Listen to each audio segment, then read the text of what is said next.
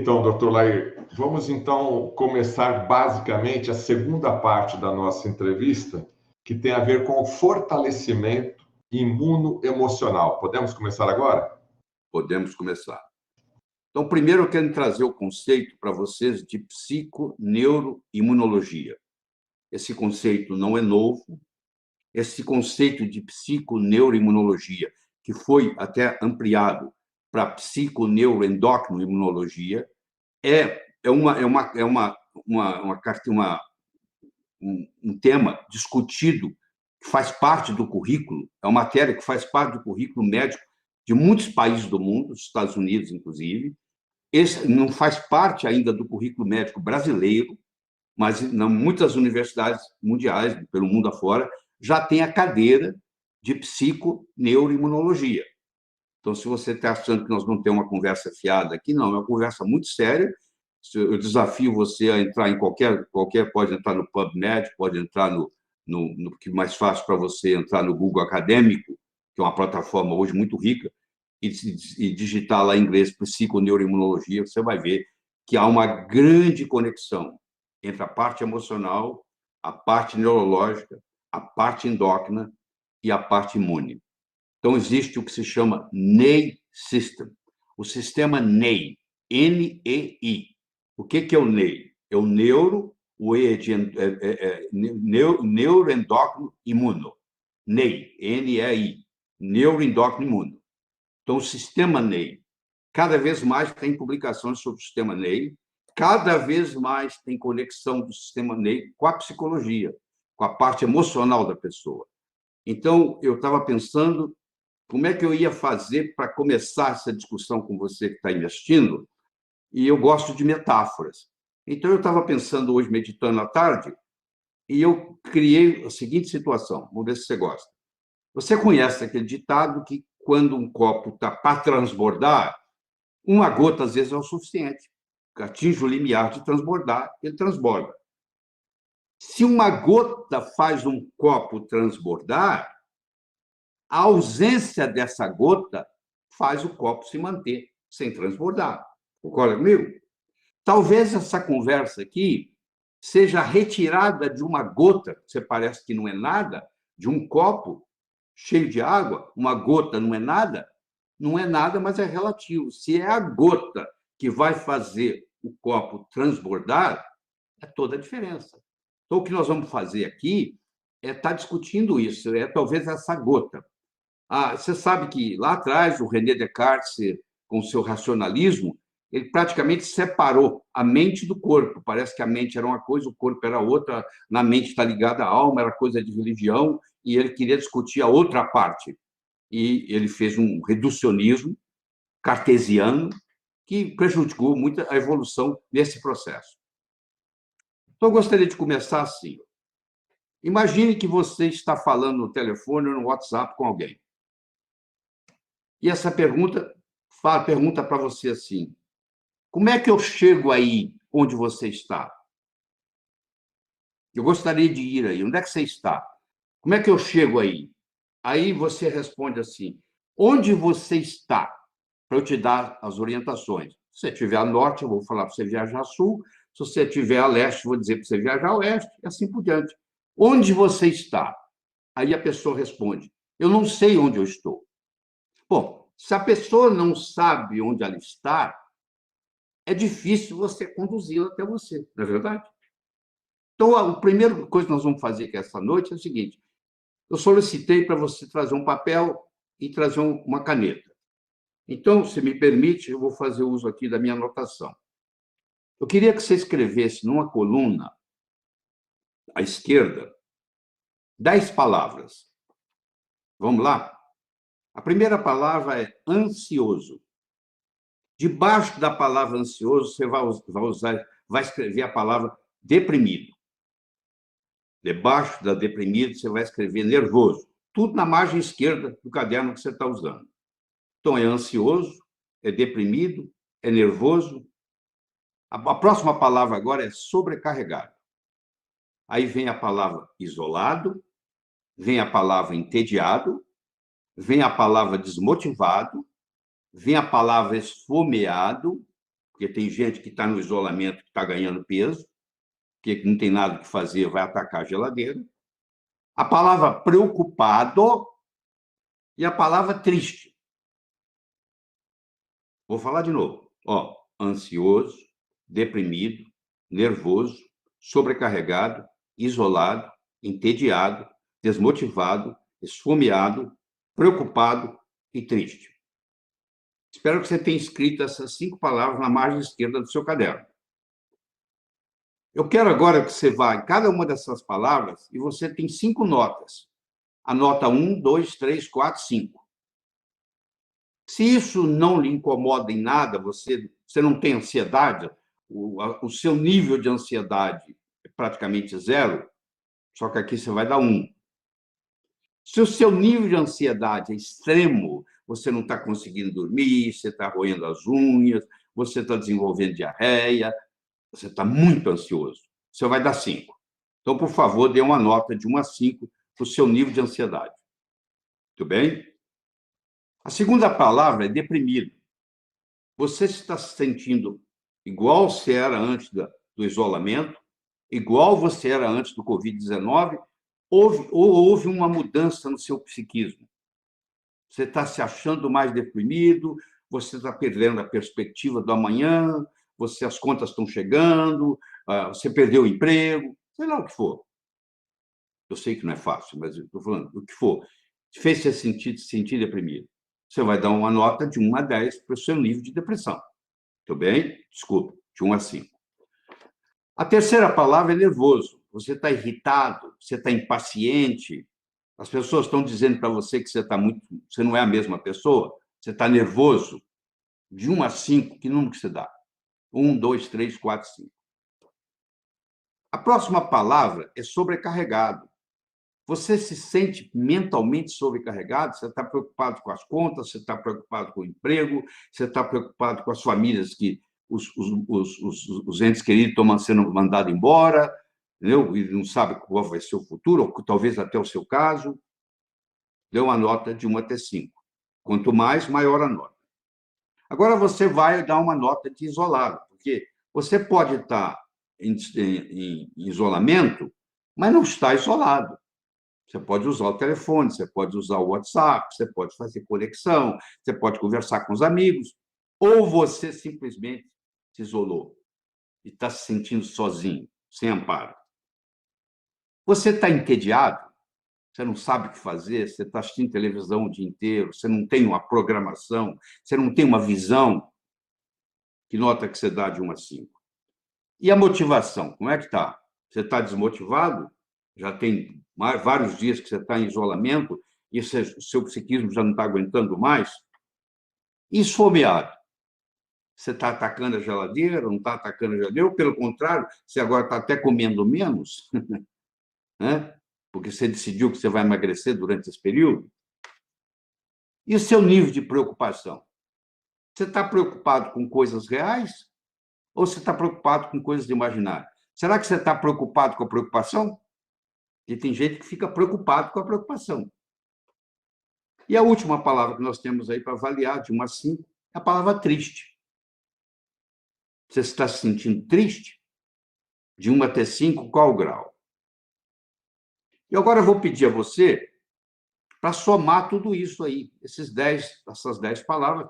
Cada uma delas você deu um número, de 1 a 5. Eu quero que você some todos os 10. E vamos ver qual é o seu placar. Está me acompanhando? Pois bem, você vai somar agora a nota que você deu para o ansioso, deprimido, nervoso, sobrecarregado, isolado, entediado, desmotivado, esfomeado, preocupado e triste. Dá uma nota para ele. Faz a soma das notas. Você agora deve estar obtendo um placar. Eu diria para você que se esse placar é até 20, não tem nada que se preocupar. A não ser que um dos itens você deu 5. Ou seja, às vezes no total você está conseguindo ter um placar menor que 5, mas existe um item lá, que é o esfomeado, por exemplo, que você está comendo demais, etc. Então é preocupante. Mas fora isso, você está o que é esperado em tempo de guerra. Nós estamos numa guerra com um inimigo invisível que está na fronteira entre a química e a biologia. Muitos pesquisadores não definem o vírus como um ser vivo, está exatamente no meio entre a química e a biologia, mas está mudando o mundo. Tá? Então, você faz essa avaliação. Pois é, você lembra da conversa que nós começamos? Onde é que você está? Porque eu te orientar para onde você tem que vir, eu tenho que saber de onde você está saindo. Nós precisamos saber onde nós estamos, nós precisamos saber onde nós queremos ir, e nós precisamos saber como chegar lá. Onde eu estou, onde eu quero ir, como é que eu chego lá? Ah, o seu placar foi 40? Foi 50? Opa, agora você sabe onde você está. Esse isolamento está te fazendo mal. Onde é que você quer ir? Claro que você quer, a sua expectativa, eu espero que seja, você sair desse isolamento melhor do que você entrou. É uma oportunidade para você se reinventar. Você agora tem tempo todo do mundo à sua disposição. Se você souber usar esse tempo, quando isso tudo acabar, você vai estar melhor do que os outros. Tá? O que é possível você fazer agora? Nunca deixe aquilo que você não pode fazer atrapalhar aquilo que você pode fazer. Eu não estou lhe perguntando o que você não pode fazer. Eu estou lhe perguntando o que você pode fazer nessa circunstância que você tem. Então, deixa eu discutir com você um modelo muito simples. Olha que interessante. Pensamento desencadeia sentimento, que desencadeia comportamento. Você quer ver? Imagine que nós começamos a conversar e eu lhe pergunto o seguinte: qual foi a maior desgraça que já aconteceu na sua vida? O que vai acontecer? Você vai começar a pensar em coisa triste, você vai começar a se sentir triste, daqui um pouquinho você começa a chorar. Pensamento, sentimento, comportamento. Vamos supor que eu perguntasse para você assim: qual foi o melhor momento da sua vida? Desde que você nasceu até hoje, se você viajar no tempo e procurar aquelas coisas que marcaram a sua vida, que está na forma de um filme colorido na sua mente, se você pudesse escolher uma daquelas fantásticas, que momento é aquele? Você vai começar a pensar em coisas alegres, você vai começar a se sentir alegre, daqui um pouquinho você está sorrindo. Então, olha que interessante. No primeiro momento, você começou a pensar em coisa triste, você começou a se sentir triste, você começou a chorar. No segundo momento, você começou a pensar em coisa alegre, você começou a se sentir alegre, você começou a sorrir. Então, o pensamento desencadeou tudo. E você, o pensamento é seu. Quem está pensando é você. Para eu ter fé, eu preciso de uma visão. Não existe visão sem fé. Então, se a minha visão é que eu vou melhorar fisicamente, mentalmente, emocionalmente, espiritualmente, com esse isolamento da Covid-19, eu agora tenho uma visão. E quando eu tenho uma visão e canalizo minha energia para essa visão, o universo conspira a nosso favor. Tá? Você está assistindo isso aí em algum lugar aí na sua casa, ou no seu escritório, ou o que seja. Eu quero que você escolha qualquer coisa que tem aí. Escolha aí. Escolha uma caneta que tem aí, pode ser? Ou um caderno. Qualquer coisa que você quiser. Um enfeite que você tem na mesa. Escolha qualquer coisa. Escolheu? Então, deixa eu dizer uma coisa. Isso que está agora que você escolheu, isso primeiro passou pela mente de alguém. Isso não se manifestou aí do nada. Isso aí passou pela mente de alguém. Não é verdade? Olha que interessante. Tudo que existe no universo físico passou pela mente de alguém. Pode ser até pela mente do Criador, que veio antes da gente. Bom, mas passou pela mente de alguém. Tudo que existe no universo físico foi criado primeiro na mente. Ninguém atravessa uma rua e cai riqueza na cabeça deles. Não existe. Você vai ter que criar riqueza na sua mente para se manifestar no seu universo físico. Então, você está pilotando o seu barco, querido. Você está pilotando a sua vida. Que pensamento, que criatividade você vai ter durante esse período, que você tem tempo para fazer isso, e como é que você vai poder se reinventar durante esse período. Porque se você deixar a deriva e não pilotar o seu barco, ele vai terminar num lugar que você não quer. Porque a onda da Covid-19 vai passar, leva mais ou menos 4 meses, tá bom? 4 ou 5 meses. Ela vai passar. Mas aí vai começar o pós-Covid-19. Aí vai começar os problemas que você não lidou com eles durante esse período que você estava à deriva. Então, você tem que se concretizar, você tem que pegar disciplina, você tem que ser estoico, você tem que ser durão, você tem que ser disciplinado. Você tem que desenvolver uma atividade física. Você pode ter uma mente brilhante, mas se você não tem um corpo forte para carregar essa mente, se você ficar no sofá da sala assistindo televisão, olha como é que vai terminar essa quarentena sua. Eu dobrei a minha ginástica quando eu comecei no isolamento. E hoje eu já fiz ginástica 2 vezes. Fiz mais cedo hoje para poder estar aqui com você. Mas fiz ginástica 2 vezes. Então, a atividade física é uma principal causa de fortalecer o sistema imune. Melhora a sua memória, é um antidepressivo, ajuda a controlar o peso, diminui o estresse. Olha quanto, não custa nada você falar, mas eu não posso sair e ir na academia. Você não precisa ir na academia. Você dá a volta em volta da sua mesa de jantar, 40 vezes de manhã, 40 vezes no final da tarde, em volta da sua mesa de jantar, certo? Ou na sua sala de estar. Não interessa. Interessa que você tem que movimentar. Você tem que fazer atividade física, às vezes até com o seu próprio corpo. Você não precisa de instrumento nenhum. E outra coisa que é importante para você. Eu estou muito preocupado, não durmo. Então é um problema sério. Porque se você me perguntar assim, qual o melhor remédio que existe? O melhor remédio que existe no planeta Terra é uma noite de sono bem dormida. Nada chega perto. Se você passar uma noite de sono sem dormir, você foi num velório de alguém, no dia seguinte, se você for medir, hoje tem parâmetros para medir a intensidade do seu sistema imune, você pode medir as células natural killers que estão no seu sangue e ver se elas estão em número grande e fortalecidas ou não. Isso hoje é capaz de ser feito, sem problema. E você vai ver que, se numa noite de sono mal dormida, você reduz em 40% a concentração dos exterminadores naturais, que nós chamamos em português, do seu sangue, que é o primeiro a defender contra o vírus. Se você tem um aborrecimento, se você tem uma tristeza, se você tem um luto, no mesmo momento baixa. Você vai ver pessoas que perderam entes queridos e que 6 meses depois manifestam câncer. Então, existe essa conexão muito forte entre a psico, neuroimunologia.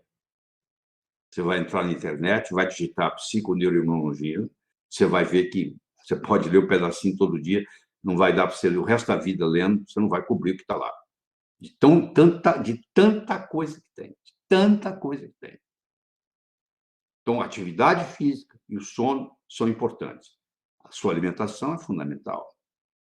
Se você puder, passe a ingerir alimentos orgânicos. Larga o refrigerante para lá. Para de fumar, para de beber, para de ingerir drogas. Está na hora.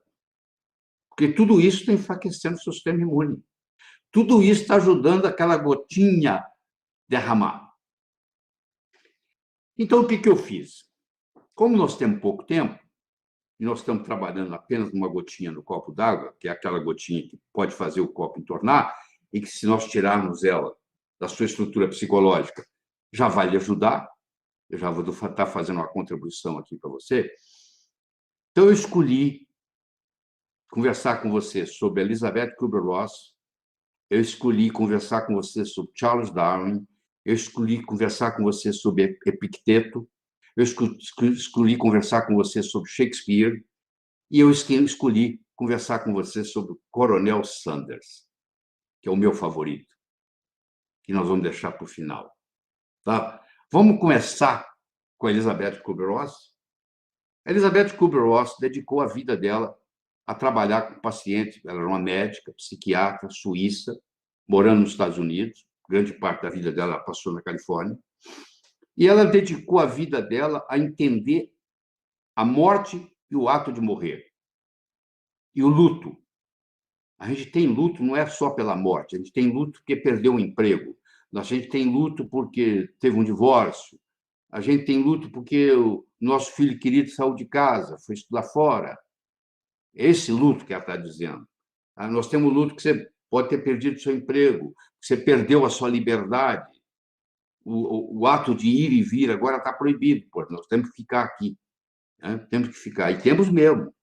Porque no dia 17 de março do ano 2020, morreu o primeiro brasileiro. 17 de março morreu o primeiro brasileiro. No dia 17 de março, tinha morrido 2 argentinos. Quer dizer, o Brasil tinha 50% da mortalidade, da letalidade do Covid-19 que tinha a Argentina. Isso foi em março. Um mês e pouco depois, 1 mês e 13 dias depois, a Argentina hoje tem 214 óbitos de Covid-19. O Brasil está chegando a esse momento, nós devemos estar aqui falando, nesse momento está acontecendo, nós estamos chegando a 6 mil. 6 mil óbitos. Aí você pergunta, o que aconteceu do dia 17 de março, quando o Brasil tinha 1 morte e a Argentina tinha 2 mortes, e agora, 1 mês e 13 dias depois, a Argentina tem hoje, final de 5 horas da tarde, chequei, 214 mortes. E o Brasil tem 6 mil. O que fez diferente? Os argentinos respeitaram o isolamento mais do que nós. O isolamento no Brasil, geral, está em torno de 48%. Nós temos mais gente desrespeitando do que respeitando o isolamento. Mas a pessoa acha que não tem nada demais. Bom, como não tem nada demais? Você não está vendo o pessoal morrendo? Você não está vendo que em todo lugar onde eles liberaram, a mortalidade a letalidade está sendo maior? Você entendeu? Então, não estamos fazendo o nosso dever de casa. Então, a Elizabeth Kubler-Ross, ela estudou essa perda, as perdas. Nós temos perdas na vida. Geralmente, o primeiro que você perde é o seu avô paterno ou o seu avô materno. Depois você perde o outro avô, depois você perde a sua avó, depois você perde o irmão mais velho. E assim, você vai tendo perdas pela vida. Né? Faz parte da gente viver e faz parte da gente perder. E ela mostrou que quando a pessoa tem uma perda, seja de vida, ou seja de emprego, ela passa por 5 fases.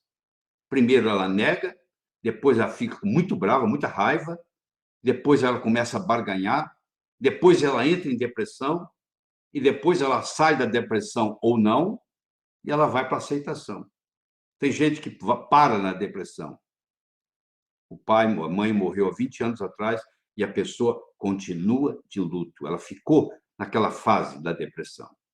E aí vem a aceitação. Mas em todas essas fases, ela mostrou que para chegar lá na aceitação, era condição sine qua non. Era necessário que você tivesse esperança. Então, você vai ter que ter fé, vai ter que ter esperança para tudo isso acontecer. Então, eu recomendo que você leia um livro em português chamado A Morte e o Ato de Morrer, da Elizabeth Kubler-Ross.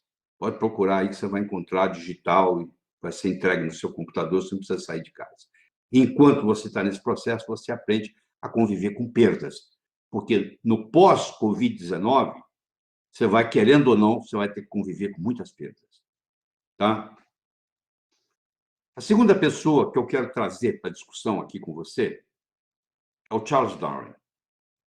Uma vez foi perguntado ao Charles Darwin, em Londres, Sir Charles Darwin, Se você tivesse que resumir toda a sua teoria de evolução em uma só frase, qual seria a frase?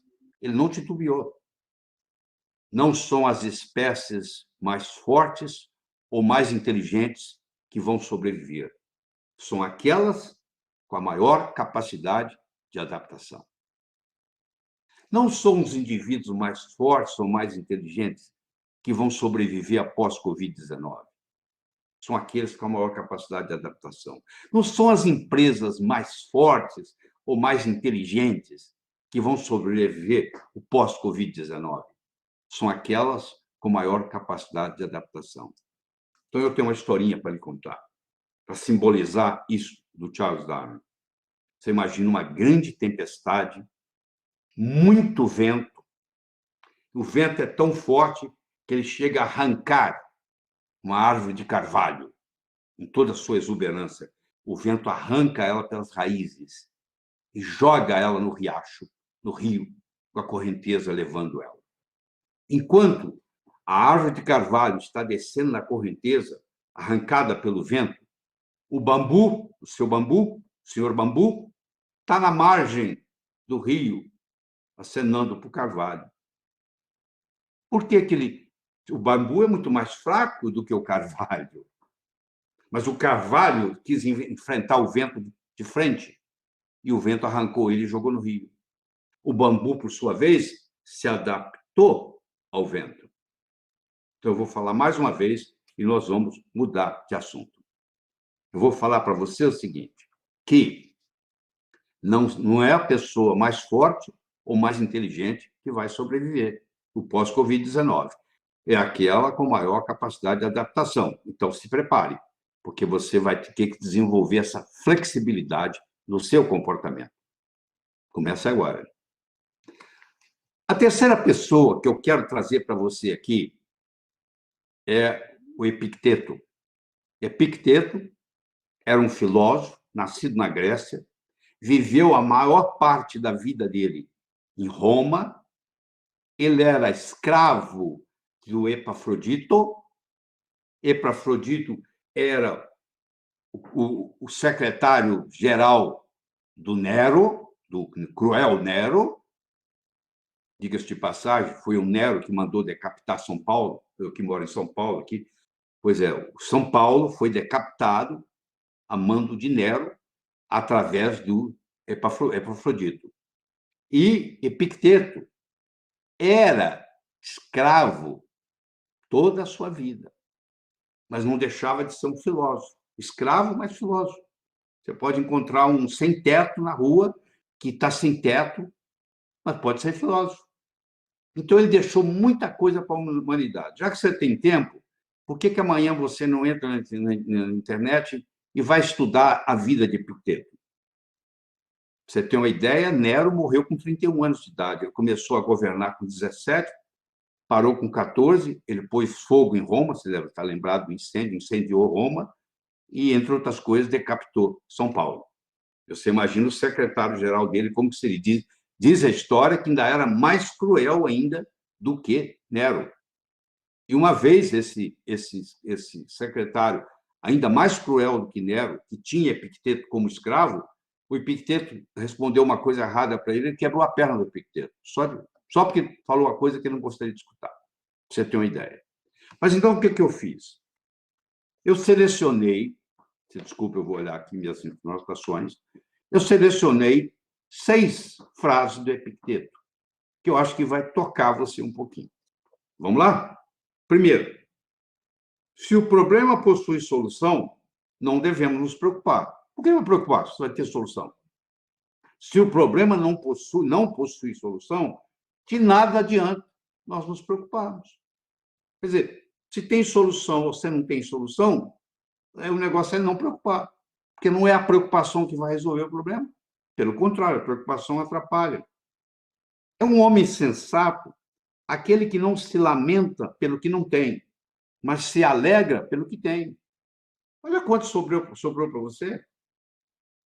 Eu recomendo que você assista A Peste Negra, está no YouTube, dublado em português. eu recomendo que você assista, está no YouTube, a gripe espanhola. Vai ver o que é sofrimento. Nós não vimos nada ainda. Aquilo que é sofrimento. Tá? Como eu disse, a China, nos últimos 2.000 anos, teve 320 pandemias, epidemias, pandemias. Por isso que ela está tão preparada. Ela está em 10º lugar de gente que mais morreu da Covid-19. O Brasil está em 11º. Deve passar de hoje para amanhã a China. Olha essa aqui. Eu sou parte de tudo, tal como a hora é uma parte do dia. Tal como a hora é uma parte do dia. A corrupção da mente é uma doença muito mais grave do que qualquer peste no ar que nos cerca. Olha que coisa forte. A Covid pode até pegar seu corpo, mas ela não pega a sua mente sem a sua permissão. Só se você deixar. Está na hora de você despertar para um novo modus operandi. É uma oportunidade de ouro que você tem para se reinventar. Usa esse tempo para isso, ao invés de se lamentar.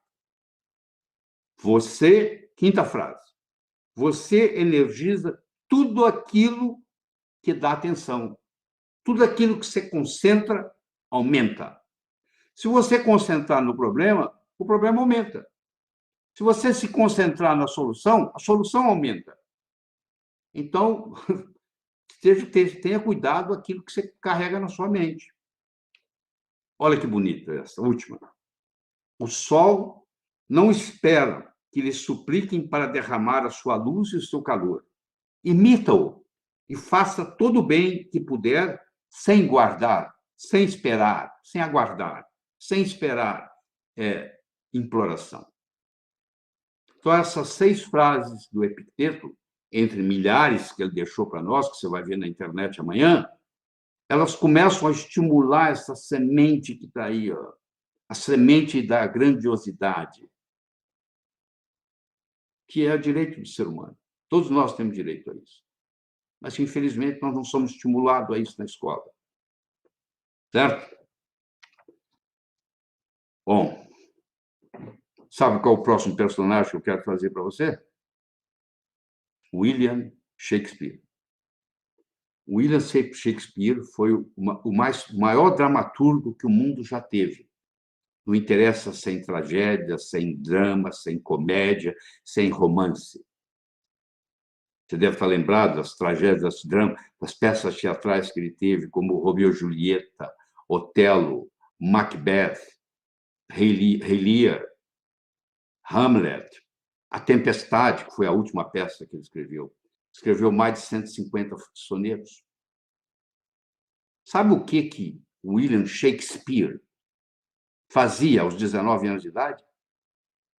Ele era guardador de cavalos nos teatros de Londres. Ele trabalhava como guardador, porque naquela época, claro, não tinha carro, não tinha nada, chegava na carruagem, chegava a cavalo, e eles tinham um guardador de cavalo. Se Shakespeare era um guardador de cavalo em Londres e revolucionou o mundo artístico com suas peças, com seus sonetos, isso mostra para você que ninguém está condenado a quem sempre foi. Ninguém está condenado a quem sempre foi. Mas isso aí você não delega isso para ninguém. Você tem que fazer isso você mesmo. Tá?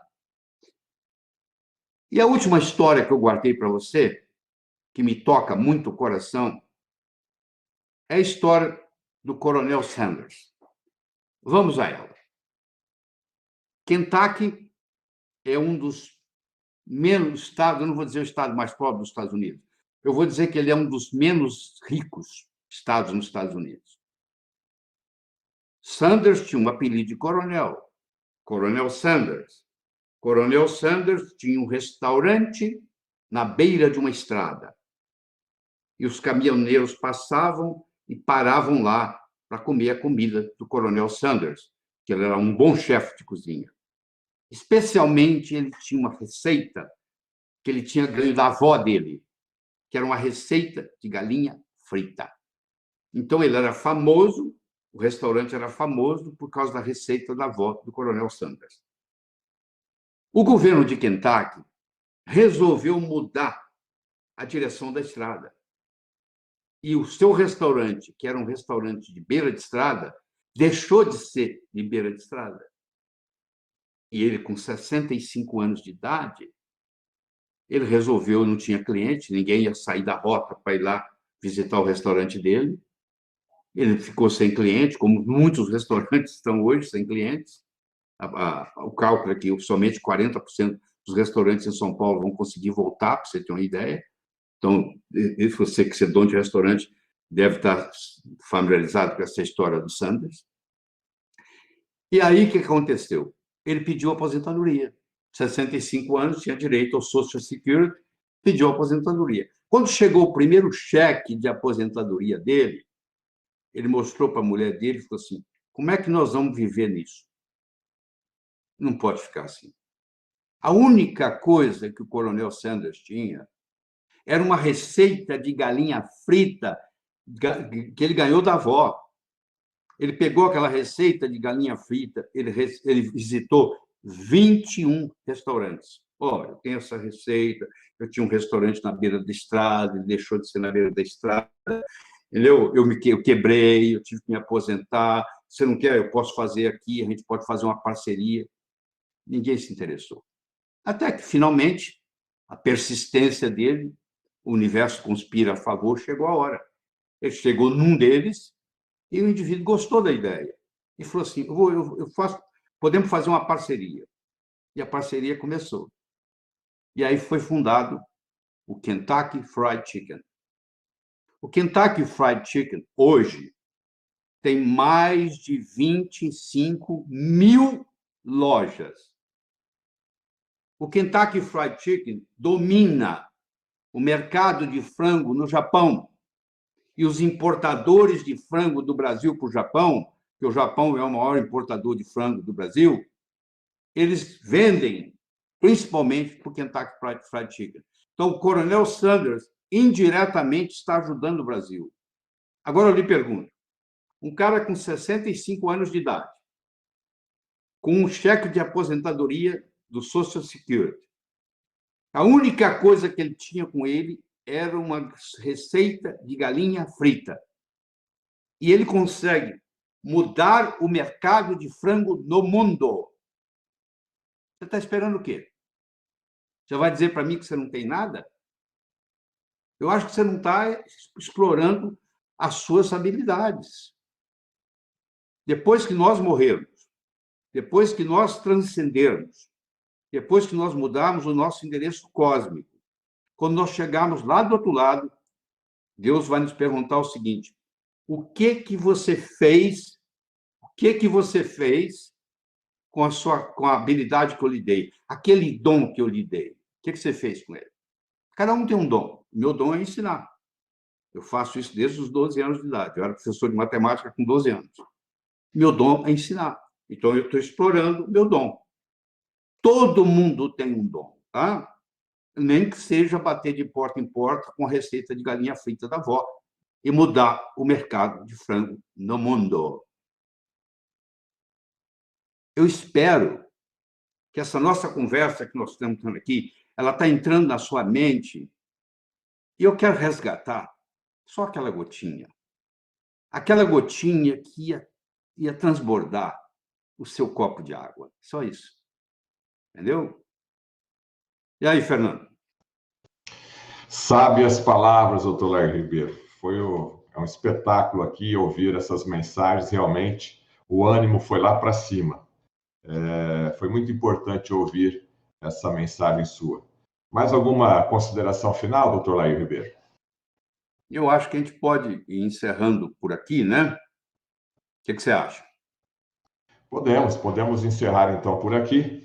Queria mais uma vez agradecer. Deixa eu terminar a história, então.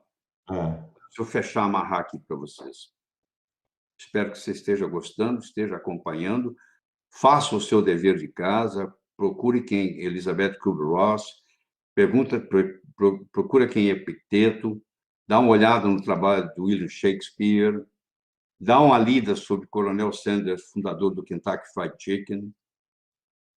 E eu quero terminar do seguinte modo.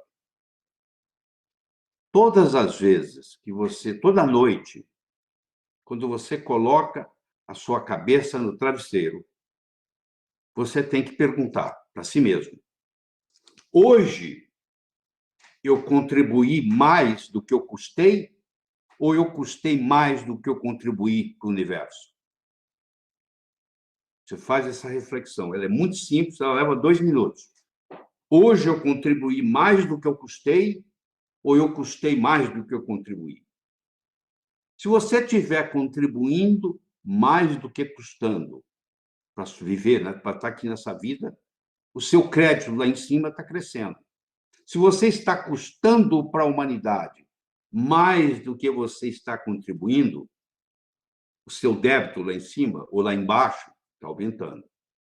A decisão é sua. Você quer contribuir mais ou você quer custar mais? Deixe de ser vítima e reinvente você mesmo durante esse período. Esse direito é de todo mundo, só que você tem que fazer alguma coisa. Isso não é a deriva. Nós hoje somos os privilegiados, porque hoje a informação está democratizada. Antigamente, só famílias importantes tinham acesso à educação. Hoje a internet está aí, o Dr. Google está aí para servir todo mundo. Você pode se tornar especialista em qualquer coisa, estudando 8 horas por dia no Google. Está tudo lá para você. Você só tem que criar essa visão, e junto com a visão, não existe fé sem visão. Tá bom? Não existe fé sem visão. E eu diria mais, ao invés de você ficar pedindo coisa para Deus, não deixa eu pegar a Covid-19. Você acha que se Deus fizesse isso, ele estava tendo uma preferência para você e não pelo seu irmão? Né? Não é bem assim. Eu acho que a verdadeira oração não é você ficar pedindo coisa para Deus. É você agradecer aquilo que você tem. É uma manifestação de gratidão, porque ele já te deu tudo. Todos nós nascemos nus e com 24 horas por dia. Não interessa a sua idade, não interessa a sua conta bancária, não interessa nada. Você nasceu nu e você tem 24 horas. Eu nasci nu, eu tenho 24 horas. Todo mundo. O que você vai fazer com as 24 horas é que vai fazer a diferença. Eu espero de coração que novos caminhos se abram à sua frente, que o sol brilhe suavemente no seu rosto, que a chuva caia de mansinho em seus campos, que a pandemia Covid seja algo que foi um agente transformador na sua vida. E até que nos encontremos de novo, que Deus lhe guarde na palma de suas mãos.